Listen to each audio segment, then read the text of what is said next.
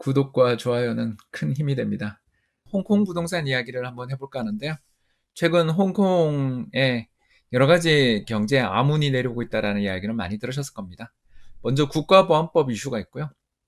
또 지난해부터 홍콩을 중심으로 해서 많은 민주화 관련 시위들도 있었고요. 최근에는 코로나19 사태 때문에 세계의 관광산업의 메카 중에 하나인 홍콩 지역의 방문객들이 줄어든 것, 이런 것들이 여러 가지 홍콩 부동산 시장에 악재로 작용하지 않겠냐, 홍콩의 미래는 어둡다, 이런 이야기들을 우리가 참 많이 하게 됩니다. 정말 그런가? 오늘 살펴보겠습니다.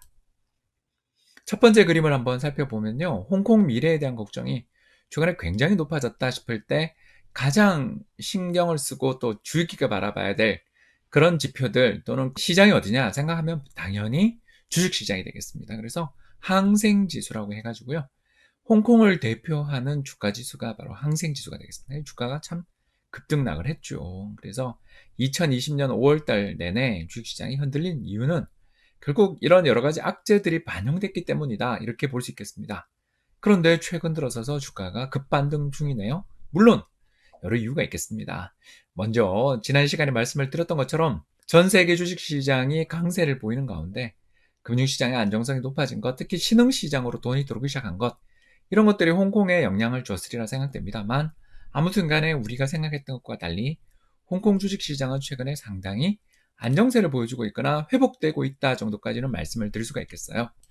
자, 그러면 조금 더 살펴보도록 할까요? 바로 홍콩 부동산 시장에 대해 가지고 우리 한번 살펴보자라는 것입니다. 벌써 지난주에 나왔던 보고서의 제목을 보자면 리잘런트하다, 상당히 안정적이다, 견조하다라는 그런 이야기가 되겠습니다. 즉, 다시 말씀을 드려서 경제에 대한 어떤 위기에 대한 우려들도 있고 굉장히 힘들었었는 건 분명한 사실인데, 홍콩 부동산 시장이 생각 밖으로 매우 안정적이다라는 사실입니다. 최근 들어서서 부동산 시장에 있는 사람들은 어려운 시기에 오히려 적극적인 저가 매수를 지금 보여주고 있는 것이 주식시장의 반등 또는 주식시장의 안정적인 흐름에 도움을 준 요인이 아니냐, 저희들 그렇게 생각을 하게 됩니다. 아니, 세상에 시위가 그렇게 격렬하게 벌어지고 더 나가서 아주 그 격렬한 시위 속에서 대치가 이루어지고 있는데도 불구하고 부동산 시장이 이런 모습을 보이다니 잘 믿겨지지가 않는데요. 조금 더 살펴보도록 할까요? 바로 이것은 부동산 시장의 가격 지수를 보여주고 있습니다. 와, 정말 부럽네요. 네, 2003년 40포인트 밑에 있었습니다. 한 30포인트 정도 됐죠? 그게 지금 178포인트. 그러니까 한 6배, 5배 이상 정도 오른 거라고 보시면 되겠습니다. 그래서 지난 17년 동안 부동산 가격이 얼마 올랐다?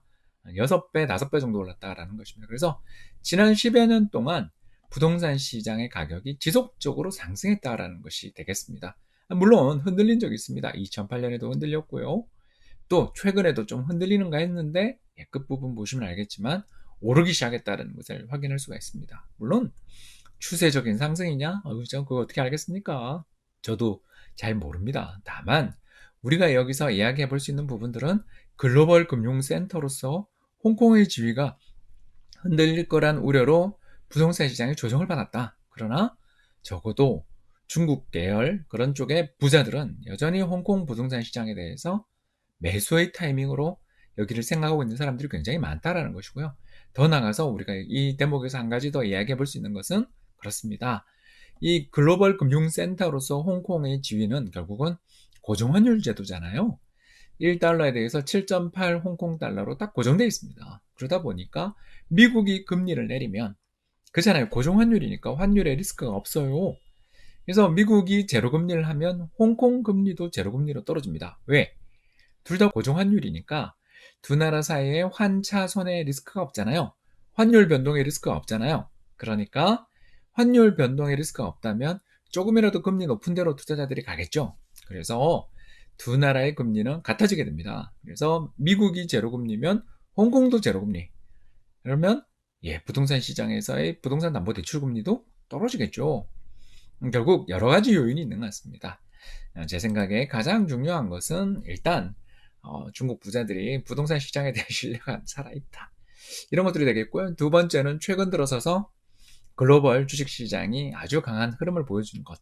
그리고 세 번째는 저금리 환경 속에서 홍콩 부동산 시장에서 저가 매수 흐름이 나타나고 있다라는 정도로 말씀을 드릴 수가 있겠습니다. 제가 누차 말씀드린 바와 같이 주식시장은 굉장히 급등락이 있어요. 주식 가격은 굉장히 변동성이 큽니다. 그래서 수익률도 높고 변동성도 커요. 그런 반면에 홍콩을 비롯한 전 세계 부동산 시장에서 나타나고 있는 특징은 좀 상대적으로 안정적이다라는 것, 그리고 금리가 지금처럼 제로금리 수준으로 떨어지게 될 때 오랫동안 노렸던 고가의 누구나 갖고 싶어하는 지역의 그런 선호 부동산 시장은 오히려 저가 매수의 대상이 되는 경우들도 있는 게 아니냐, 이런 정도는 이야기를 해볼 수가 있겠습니다. 지금까지 시청해 주셔서 대단히 감사합니다.